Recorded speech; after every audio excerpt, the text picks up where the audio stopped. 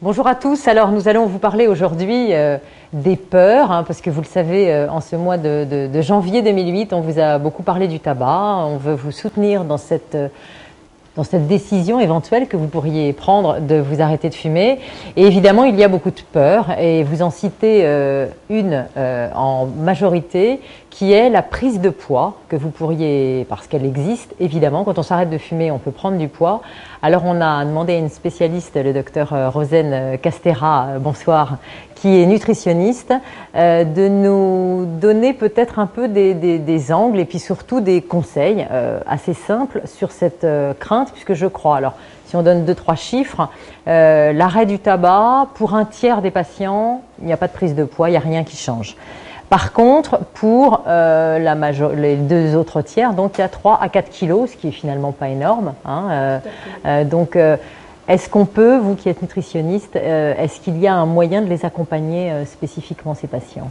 Ah oui, bien sûr. Il faut déjà, je pense que tout patient qui a le désir d'arrêter de fumer, il faut qu'il prévoie cet arrêt et que son régime change. Parce qu'en fait, le métabolisme est perturbé lors de l'arrêt du tabac. Quand vous dites son régime, c'est son alimentation. Voilà, tout à fait. Ouais. Le métabolisme change à l'arrêt du tabac. C'est vrai que s'il ne fait pas attention, il va prendre 3 à 4 kilos facilement. Et surtout lors du premier mois de l'arrêt, en fait. Oui, très vite. Parce que la nicotine permet d'augmenter les dépenses énergétiques. Et sans rien faire, on dépense de l'énergie. Voilà, exactement. Ça revient à faire un footing. D'accord. Donc, si on arrête de fumer, on peut se dire qu'on va commencer le footing pour ne pas prendre de poids, par exemple. D'accord. Voilà. Donc, c'est des règles hygiéno-diététiques, c'est-à-dire que c'est, pourquoi pas, comme vous le disiez, faire un jogging, enfin se remettre à l'exercice physique pour vaincre cette... Parce que chez les femmes, je crois que c'est vraiment un critère majeur, même si on se dit 3-4 kilos, c'est rien. Mais quand on les prend le premier mois, on se dit, du coup, je vais recommencer la cigarette. Et ça, c'est dommage. Chez les hommes aussi, ils font attention. Oui, on est aussi soucieux de son aspect physique. Bien sûr, oui. Et donc, la nicotine aussi, en fait, joue sur l'insuline. Elle inhibe l'insuline, qui est l'hormone qui stocke les graisses. D'accord. Donc, voilà. Alors, si on arrête de fumer, cette insuline continue à augmenter, en fait, d'où les accès de fringales. Alors, on a l'habitude d'associer l'insuline avec le sucre. Voilà. Mais avec les graisses, quel est le mécanisme? Les sucres et les graisses aussi, de toute façon. Les graisses stockées se transforment en sucre après pour donner de l'énergie. D'accord. Tout est lié, et aussi la dépense énergétique, finalement, quoi. En fait, on tourne en rond. Donc, quand on arrête de fumer, il y a un mécanisme qui fait qu'on risque, pas obligatoirement, mais comme disait Guylaine, dans 2 tiers des cas, de prendre quelques kilos. En fait, c'est le naturel qui va revenir. Quand on arrête de fumer, on va peser le poids qu'on aurait pesé si on ne fumait pas. D'accord. Parce qu'en fait, donc, la nicotine augmente les dépenses énergétiques. Elle permet un peu de perdre du poids, en fait. Artificiellement. Artificiellement. Mais ce n'est pas un effet bénéfique. On connaît tous les effets néfastes. Il vaut mieux ne pas fumer. On est bien d'accord. Oui, parce qu'il ne faut pas que les gens entendent que la cigarette est un moyen de perdre du poids. Exactement. Non. Voilà, pas du tout le... Non. Et dans l'alimentation, est-ce qu'il y a une alimentation particulière à respecter pour entamer un sevrage tabagique? Est-ce qu'il y a des choses qui sont liées, qui déclenchent l'envie du tabac ou d'autres, ou au contraire? Oui, alors alors c'est peut-être lié à chaque individu. Quelqu'un qui boit du café, de suite a envie d'allumer une cigarette. Alors peut-être se dire d'arrêter aussi le café, ça va peut-être faire beaucoup. Surtout que c'est aussi quelque chose pour se détendre, et l'arrêt du tabac augmente le stress. Donc il ne faut pas tout perturber en même temps, et non plus faire un régime trop draconien à l'arrêt du tabac. C'est pas bon. Non, ça mènerait à l'échec. Ce que vous disiez, c'était plutôt de changer d'habitude, d'habitude alimentaire, c'est-à-dire qu'on se fait toujours plaisir, et au contraire, parce que comme on se restreint par ailleurs, il faut peut-être s'oxygéner, ça bien sûr, vous le disiez, un jogging, l'exercice physique, mais au niveau de son alimentation, c'est pas tout de suite le drastique, les légumes bouillis, on n'est pas là, voilà. On n'est pas dedans. Non. Ce qu'il faut éviter, c'est les grignotages, donc tout ce qui est c'est les manger en dehors, en dehors des repas. Il faut considérer qu'il faut faire 3 repas à peu près équilibrés de la même façon dans la journée. Petit déjeuner, déjeuner et dîner. Et essayez de ne rien manger entre. De ne pas grignoter des biscuits, des bonbons, des chocolats, des chewing-gums. Essayez d'éviter tout ça. Même les chewing-gums sans sucre, finalement, on s'aperçoit que ce n'est pas l'idéal, parce qu'on envoie toujours le message au cerveau, ce désir de sucre.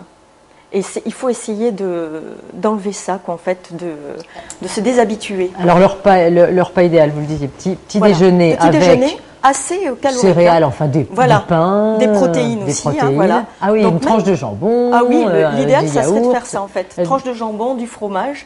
D'accord. Bon, alors c'est pas facile pour tout le monde. Hein. Mais sinon, un petit déjeuner avec du café, du thé, des tartines. Alors il vaut mieux favoriser du pain complet, par exemple. Voilà. Avec du beurre allégé, de margarine ou riche en oméga 3 par exemple, ça serait l'idéal. Et puis bon, on peut rajouter un petit peu de confiture. Hein, Oui, on est aussi là pour se faire plaisir. Voilà. C'est ce que vous disiez. Maintenant, tout à on peut fait. changer, on peut passer à une margarine Voilà. plus allégée parce qu'on se Voilà, fait davantage de exactement. bien. Ouais. Le midi, c'est quoi un repas Le midi, équilibré? voilà, un repas équilibré, donc avec beaucoup de légumes, des légumes frais en entrée par exemple, des crudités. Et puis après, on peut rajouter des légumes alors cuits à la vapeur ou en papillote. Alors surtout ne pas hésiter à mettre beaucoup d'herbes qui agrémentent, voilà, qui donnent du goût et qui changent, quoi, et qui font pas du tout grossir. Hein, du basilic, de la coriandre, du gingembre, des choses comme ça. C'est agréable. Avec une viande grillée ou du poisson. Hein, essayez de manger du poisson 2 fois par semaine, ça serait bien aussi.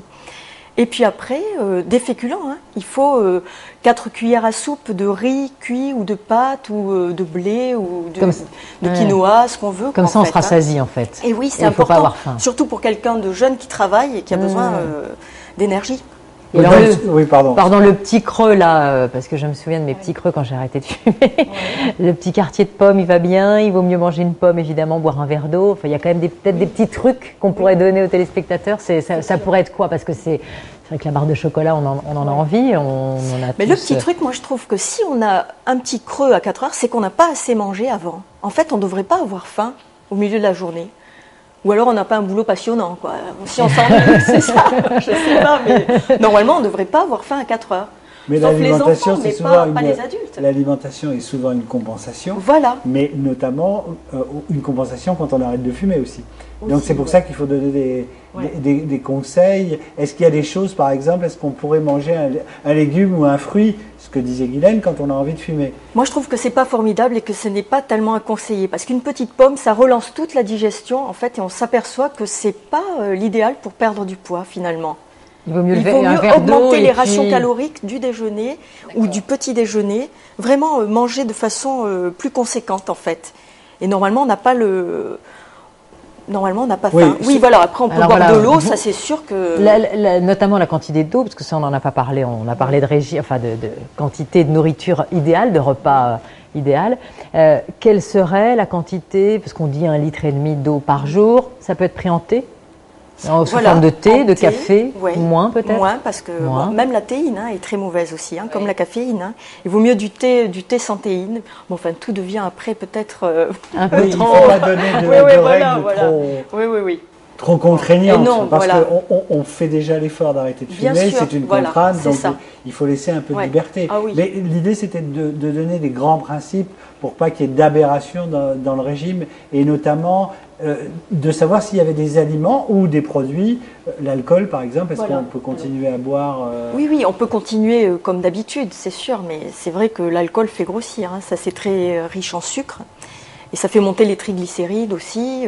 C'est pas bon dans l'alimentation, mais on peut continuer à boire un verre de vin. Non, mais quand quelqu'un vient fait l'effort de s'arrêter de fumer, l'idée est de lui donner des grands principes, mais comme il ne peut pas tout arrêter, il ne faut pas l'inciter à boire. Mais je pense que l'idée, c'est qu'il garde la même alimentation, parce qu'on ne va pas tout changer. Voilà. Mais par contre, s'il peut augmenter un petit peu son activité physique, pour essayer d'avoir les dépenses énergétiques à dépenser, que dépenser la nicotine en fait, artificiellement, si vous voulez. D'accord. Donc il faut... oui, finalement plutôt que privation et difficulté à se mettre aussi dans un autre métabolisme, celui dont vous parliez, c'est peut-être d'aller bouger. Voilà. Parce que se faire du bien, en s'arrêtant de fumer, on se fait du bien, en bougeant, on se fait du bien. Voilà, exactement. Aller toujours dans cette dynamique-là plutôt que... Et puis peut-être augmenter sa proportion de légumes, de fruits, oui, tout à fait. Et consommer moins de matières grasses, parce qu'en fait, il faudrait revoir à cette occasion l'alimentation globale de l'individu, Voilà. qui peut peut-être Tout à parfois fait. faire des petits excès en termes de sucre ou de Oui. graisse. Et c'est un des moments où on peut reconseiller une alimentation Ah oui, saine, entre c'est le guillemets. moment. Oui, tout à fait. On remet tout à zéro, on arrête de fumer, on mange bien. C'est la bonne on fait résolution du de la rentrée. sport, Et voilà. alors, comme on est en début d'année, je crois que c'est le moment ou jamais. En tout cas, Dr Rosencastera, merci beaucoup de ces précieux conseils. Donc, je vous encourage à les suivre, en tout cas, à y penser. Et je vous conseille aussi d'aller voir un site précieux en termes d'information. C'est le site de l'INPES, l'Institut national de prévention et d'éducation pour la santé. C'est www.mangerbouger.fr. Et je vous donne rendez-vous à très bientôt pour un nouveau numéro de Plateforme Santé.